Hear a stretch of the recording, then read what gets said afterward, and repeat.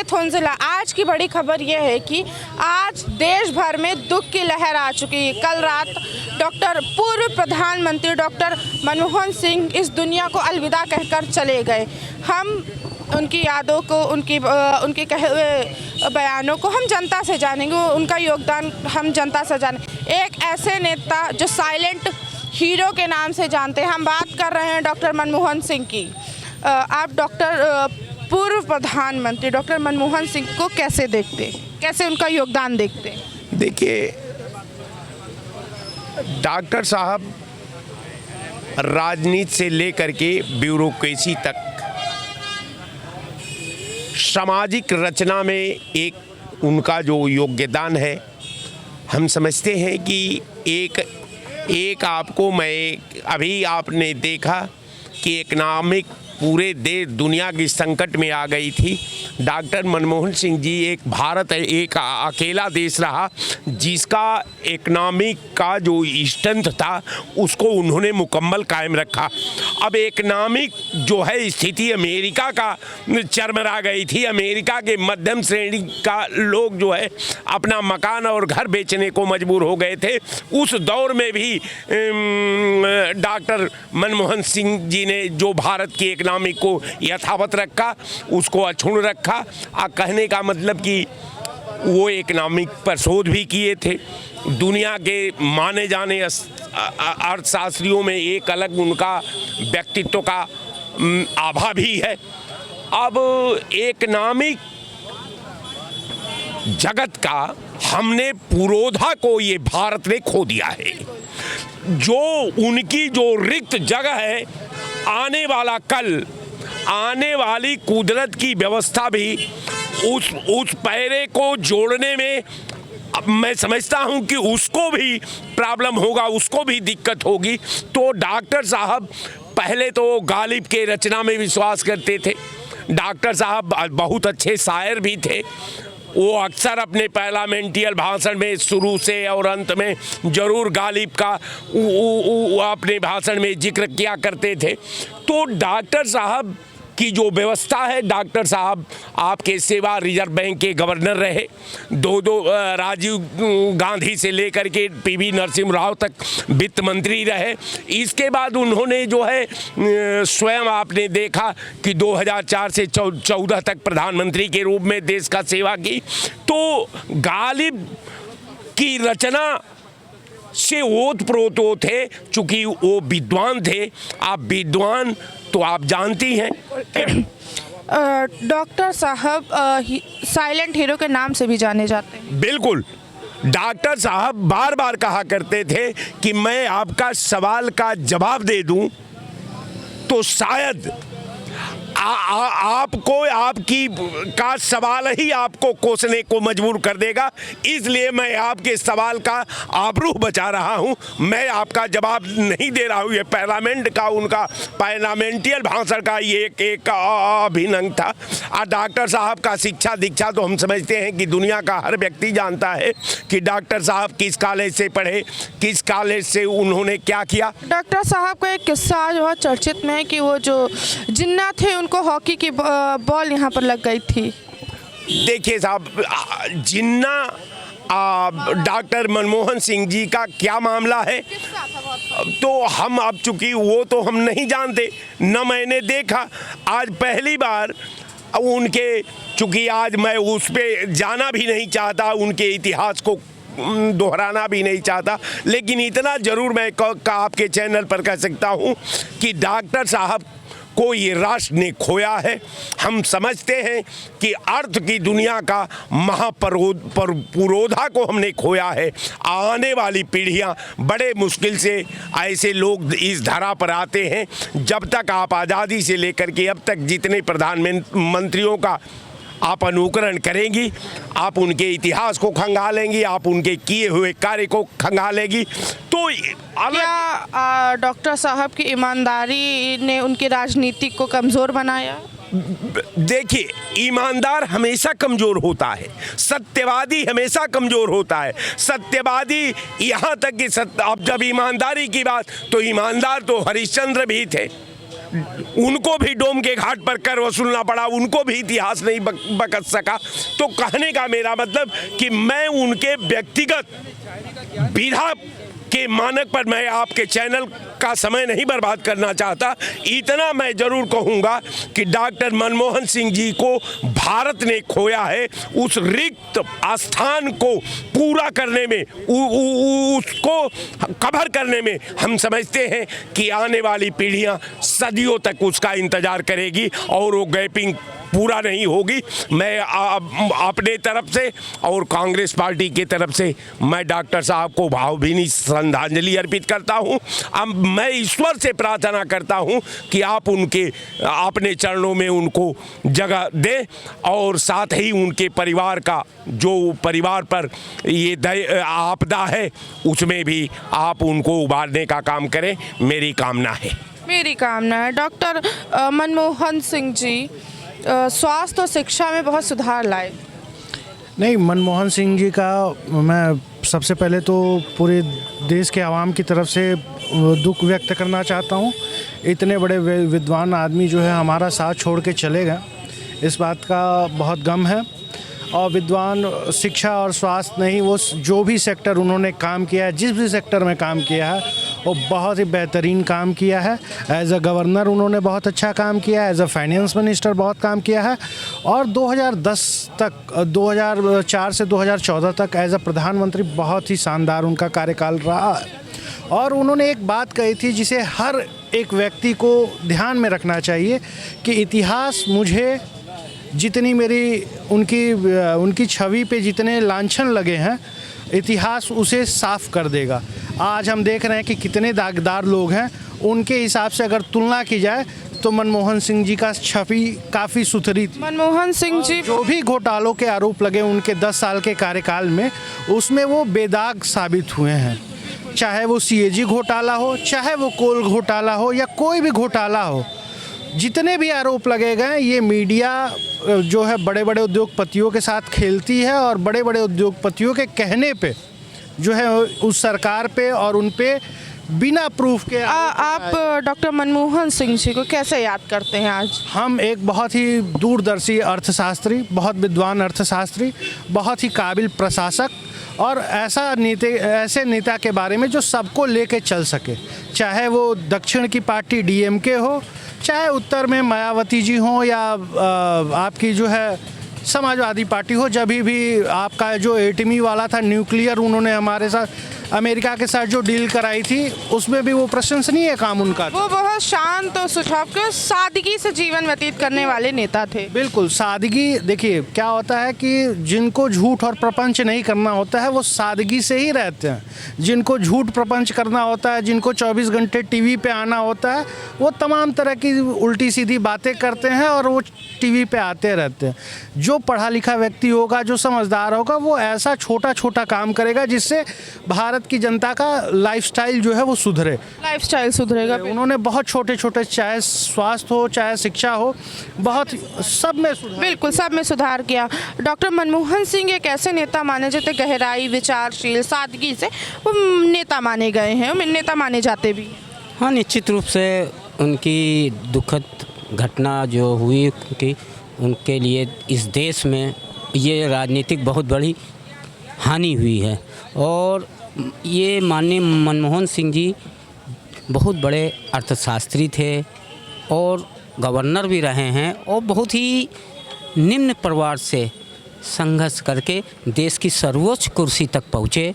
और अपने काल के द्वारा वो कम बोलते थे और वो करते थे, लेकिन वो काम करते थे, और उनके ऊपर काम उनका बोलता, उनके बेदाग थे। वो महान अर्थशास्त्री थे, महान नेता थे। वो अच्छा, उनकी साइलेंट, उनका मौत, उनकी सादगी दिलों में एक खास जगह बना पाई है कि नहीं? हाँ, निश्चित रूप से उन्होंने, उनका जो सादगी था, कम बोलते थे, काम करते थे, और सरकार उनके कालखंड में जो चली वो बेदाग रहे। सबसे बड़ी बात, इतने सब घोटाले मंत्री कर रहे थे, लेकिन उनके ऊपर कोई दाग नहीं लगा। इसके लिए इस देश में, उस समाज में, राष्ट्र में उनकी हमेशा कमी महसूस होगी। डॉक्टर मनमोहन सिंह की नीतियों को आप कैसे देखते हैं? उन्होंने एफडीआई लाकर भारत में अर्थव्यवस्था को सुदृढ़ करने में बहुत बड़ा योगदान था। उन्होंने अच्छा काम किया है, ये निश्चित। अच्छा कहा, ये बिल्कुल। आज वो दुनिया को अलविदा कह चुके हैं, कल रात 10:30 बजे। उनको आप कैसे याद करते हैं? निश्चित हमेशा याद किया जाए कि सादगी से एक निम्न परिवार से पाकिस्तान में पैदा हुए, फिर आके बंटवारे में भारत में आए और फिर संघर्ष करते हुए पढ़ाई लिखाई करके वो डॉक्टरेट की उपाधि ली और उन्होंने बैंक के गवर्नर बने और फिर वो धीरे धीरे अर्थशास्त्री हुए और वित्त मंत्री भी शायद रहे हैं, वित्त आयोग का भी देखा है उन्होंने काम। फिर देश के प्रधानमंत्री 10 साल रहे। 10 साल के प्रधानमंत्री रहे हैं। उन पर बहुत सारे घोटालों के और भ्रष्टाचार के आरोप भी लगे थे। उन्होंने कहा था कि इतिहास मेरे इन सारों का जवाब देगा। निश्चित रूप से जब वो प्रधानमंत्री थे, लेकिन ये बहुत बड़ी बात थी कि वो इतनी सादगी से जीवन जीते थे, कम बोलते थे, कम चिल्लाते थे सदन में। उन्होंने काम किया, लाख घोटाले हुए हों लेकिन कोई भी उनके ऊपर 1 इंच का भी दाग नहीं आया। लोग, उनके मंत्रिमंडल के सदस्य लोगों ने जरूर बेईमानी की। माननीय मनमोहन सिंह जी ने हमेशा कहते थे बेईमानी मत करिए, न्याय से, भ्रष्टाचार से दूर कोसो। क्या लगता है उनकी जो ईमानदारी थी उनकी राजनीति को कमज़ोर कर गई? नहीं, निश्चित रूप से ईमानदारी के कारण उनका हमेशा पूरा समाज, देश का पूरा हिंदुस्तान उनको आज भी याद करता है, वो हमेशा याद करता रहेगा। आज भी उनको देश याद करता रहेगा। मनमोहन सिंह जी को आज आप कैसे याद करते हैं? किस अच्छे और माननीय प्रधानमंत्री रहे, 10 साल तक के कार्यकाल चलाया, किस तरीके से याद करते? मैं श्रम प्रकोष्ठ प्रवक्ता उत्तर प्रदेश कांग्रेस कमेटी। आज हमने एक बहुमूल्य रतन खो दिया है मनमोहन सिंह जी के रूप में। उनकी जितनी प्रशंसा की जाए उतना कम है। उन्होंने विपक्ष के साथ तालमेल बैठाया रखा। नरसिम्हा राव सरकार में अटल बिहारी को एक बिल के लिए राजी कर दिया, जिसकी वजह से आज हमारा देश सही मायनों में खड़े हो सका है। बातों का चर्चा ना करते हुए मैं सिर्फ उनके सहयोग की बात, और मैं कहना चाहता हूँ 3 ऐसे राष्ट्र के नेता थे, अटल बिहारी वाजपेयी, स्वर्गीय अटल बिहारी वाजपेयी जी, स्वर्गीय अपना ये राव साहब, और अब जो कुछ घंटे पूर्व हमारे दिवंगत नेता मनमोहन सिंह। ये तीनों देश के एक ऐसे अजूबे थे जिन्होंने देश हित में काम किया, देश के साथ चले। तो मैं आज मनमोहन सिंह के लिए मैंने 2 छोटी लाइनें लिखी हैं। उनकी याद में उनके जो साथी के नेता है, उनके कांग्रेस के वो नेता रहे, उनके जो प्रवक्ता है वो कुछ लाइन व्यक्त करना चाहते। बिल्कुल। काम बोलता था, जुबां खामोश रहती थी। काम बोलता था, जुबां खामोश रहती थी। खुद की तस्वीर खिंचाने से बेहतर नियत उनकी देश की तस्वीर बदलने में रहती थी। नियत उनकी देश की तस्वीर बदलने में रहती थी। एक शेर और है कि बेदाग थे, बेकार नहीं थे, बेदाग थे, बेकार नहीं थे, यूँ बेवजह सदन में चीखते चिल्लाते नहीं थे, यूँ बेवजह सदन में चीखते चिल्लाते नहीं थे, अपने कामों को अंजाम देते थे और खामोशी से सदन से निकल जाते थे, और खामोशी से सदन से निकल जाते थे। तो उनकी जो सरलता थी, उनकी जो सहज भाव था, जो उनकी सादगी का रूप था, वो हर देश प्राणी को, मैं आपको बताऊं, देश तो देश क्या, आज जब उनका इंतकाल हुआ, जब वो उनकी डेथ हुई, जब उनका स्वर्गवास हुआ, जातियां अलग अलग हैं तो अलग अलग नाम से मैंने उसको बुला दिया है, मगर सवेरे जब उठे तो पता चला कि दिल्ली में बारिश हो रही है। तो ये विश्व ही नहीं, ऊपर वाले देवी देवता भी हमारे रो रहे थे, उनके भी आंसू टपक रहे थे। तो मुझे एक गाना तेजाब का आ रहा है, रो रहा ये जहां, रो रहा आसमां, रो रहा ये जहां, रो रहा आसमां, खो दिया हमने एक अर्थशास्त्री मनमोहन सिंह के रूप में, रो रहा ये जहां, रो रहा आसमां। हम सबकी श्रद्धांजलि है मनमोहन सिंह जी को, और हमेशा रहती दुनिया तक मनमोहन सिंह जी याद किए जाएंगे, क्योंकि ऐसी स्थिति से देश गुजर रहा था जब हम शायद जिस तरीके से मनमोहन सिंह जी का कहना था कि 8 ही 10 दिन के देश में ऐसा बजट है देश का कि 8-10 दिन के बाद शायद देश की स्थितियां और बदतर हो सकती थी। आपकी और बात उन्होंने, वो कहते हैं ना, एक डायलॉग है सलमान खान का कि जीत डर के आगे जीत है। आप सारे डायलॉग याद नहीं बस सुनिए तो फिर मैम, जब आएगी बात तो जिक्र करेंगे ही ना, आएगी बात तो जिक्र करेंगे ही ना, उन्हें हम इसी तरीके से याद करेंगे ही ना। अच्छा, डॉक्टर मनमोहन सिंह की नीतियों को कैसे याद करते हैं? वो कल अलविदा कह गए हमें 10:30 बजे इस दुनिया को। मैं नीतियों से पहले ये कहता हूँ, डर के आगे जीत है। मैंने वही कहा ना, वो उस वक्त डर रहे थे, अटल जी भी डर रहे थे कि क्या कह रहा है ये अर्थशास्त्री कि रुपए की कीमत गिरा के कहीं से सुधार होता है, ऐसे कैसे सुधार हो सकता है। मगर वही कहा ना कि डर के आगे जीत थी, और मनमोहन सिंह जी कभी भी डरे नहीं। हालांकि थोड़ा विपक्ष ने मुनमुटाव किया, थोड़ा सा डरे, थोड़े से सहमे, मगर उनको भी कहीं ना कहीं शक्ति मनमोहन सिंह ने दी, और मनमोहन सिंह का ये कदम देश हित में जरूर गया है। और आज देश में जो हम देख रहे हैं, मनमोहन सिंह का ये भी कहना था कि मेरी चुप्पी से ज़्यादा आबरू है उन सवालों की जिनका मैं जवाब ना देता हूँ। बस बस बस भाई, उनके जवाबों से अच्छा है खामोशी उनकी। कितने सवालों की आबरू बचा ले गए। कितने सवालों की आबरू बचा लेते। बिल्कुल। तो मैं बता तो रहा हूँ, वो इसी विचारधारा के थे। उनको अच्छा, जैसा कि अभी आपसे पहले, हमसे पहले किसी ने बोला वो गालिब साहब के शेर लिखते थे, वो गालिब साहब के भी कहते थे किसी अच्छे। अच्छा, उनके शायर के दो सुना दे कोई। मैम अभी मैंने लिखा, मेरा एक्चुअली व्हाट्सअप बंद हो गया, मैं उस पर ही परेशान हूँ। बहुत कुछ उस पर भी था मेरा मनमोहन सिंह के बारे में, तो कल अभी मैं इंतज़ाम करता हूँ, किसी और चैनल पे बोल दूंगा। मगर मैं ये कहता हूँ कि वो गालिब साहब तो छोड़िए, वो किसी अच्छे शायर को भी सुनते थे और लिखते थे, बोलते थे लोकसभा में। और उसी तरीके से हमारे अटल जी भी थे, स्वर्गीय अटल। क्या उनको भी अपना कविताओं का ज्ञान था। क्या जो डॉक्टर मनमोहन सिंह जी की ईमानदारी थी, उनकी राजनीति में कमज़ोरी बन गई? ईमानदारी अगर कमजोरी होती तो देश इस रुख की तरफ होता? बिल्कुल नहीं। तो आप ये सोचिए ना कि ईमानदारी तो उनका जीवन के लक्ष्य को पाने का सबसे पहला और मजबूत कदम था, जिसको लक्ष्य को हासिल करने के लिए अगर आप में सत्यता ही नहीं होगी, आप वहाँ पे चील चौ करोगे। वर्तमान सरकार की बात कर रहा हूँ, वहाँ चिल्लाना, छपटल करना, बातें फालतू की करना, काम ना करना, बोलना ज़्यादा, काम कुछ ना करना। बिल्कुल बिल्कुल। खामोश रहे। आप उनको आज कैसे याद करते हैं? बड़े दुखी मन से याद करूंगा, और जब तक मेरे प्राण हैं मैं उन्हें जब तक जीऊंगा तब तक मनमोहन जी को याद करूंगा।